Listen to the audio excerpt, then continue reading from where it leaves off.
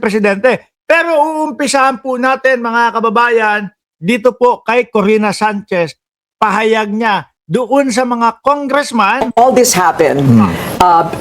Pahayag doon sa mga congressman na dati daw po hindi sumusuporta sa impeachment ng Vice Presidente pagkatapos daw pong narinig yung 6.7 billion mga kababayan. Madami na daw pong nakasuporta na matuloy ang impeachment, mga bossing.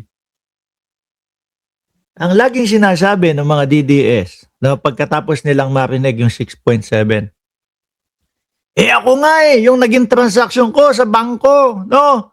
Umabot ng 10 milyon simula ganitong taon hanggang ganyan, 10 taon. Ibig sabihin, mayaman na ako, ganito, ganyan. Mukhang naliliitan kayo mga DDS doon sa 6.7 million billion Mukhang naliliitan yung mga DDS doon sa 6.7 billion mga kababayan. 10 taon naman yan.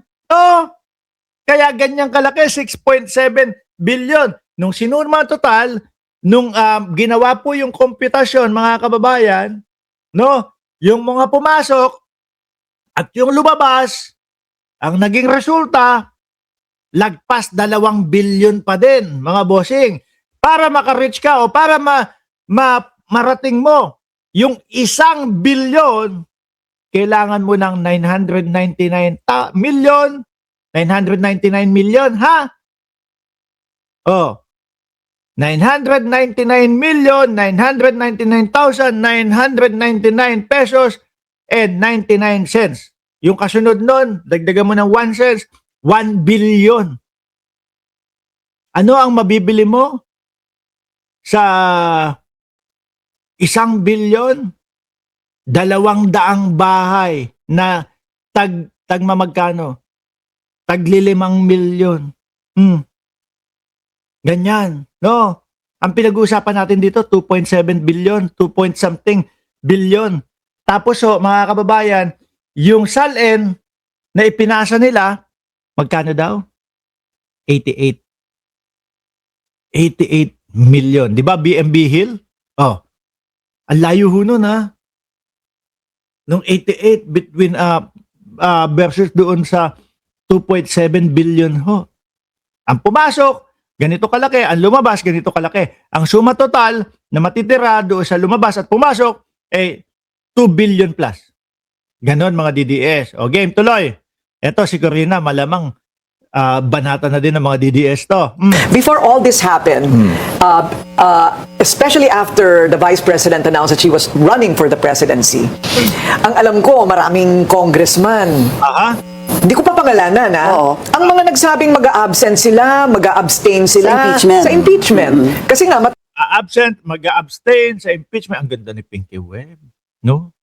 Tayo hindi tayo babaero, hindi tayo marunong lang po tayong mag-appreciate ng iba't ibang ganda ng mga babae, mga bossing. Ininaan ko na lang, baka marinig doon sa kabilang kwarto. Okay? Tuloy. taas ang mga numero ni VP Sara, pero pagkatapos ng araw na ito na lumabas yung 6.7 billion pesos, na kailangan bang patunayan lilitisin pa yan, parang nag-aalanganin na. Daw? Oo. Mga didi, nako po! Trages na yan. Sabi ni Ma'am Neng Gigi at nung founder ng Cereza Post, nagpaliwanag si Ninong, kunwari ka pa, Mark. Hindi, ganun lang talaga tayo. Marunong lang tayo na mag-appreciate ng iba't ibang beauty ng mga babae. Ayan lang ho. Sama ko na yung mga lalaki para na-appreciate din po natin yung kagwapuhan ng iba't ibang mga kapwa natin lalaki. Yan, okay. Sabihin, Bambi si Mark Ramos. Naku po.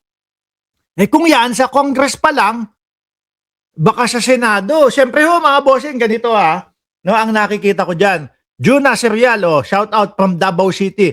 Ganito po mga kababayan. Siyempre ikaw, Senador, pro Duterte ka, no?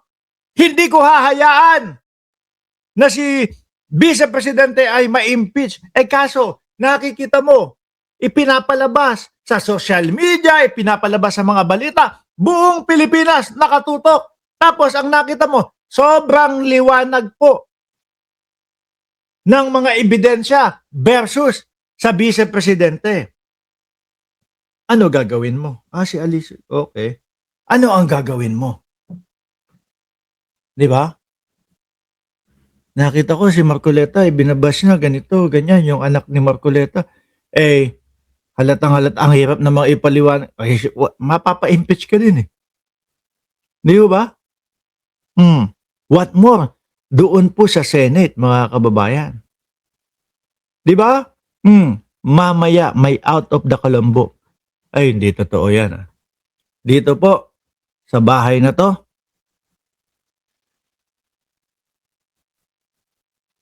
wala pong ibang masusunod dito, kundi ang padre de pamilya, mga kababayan.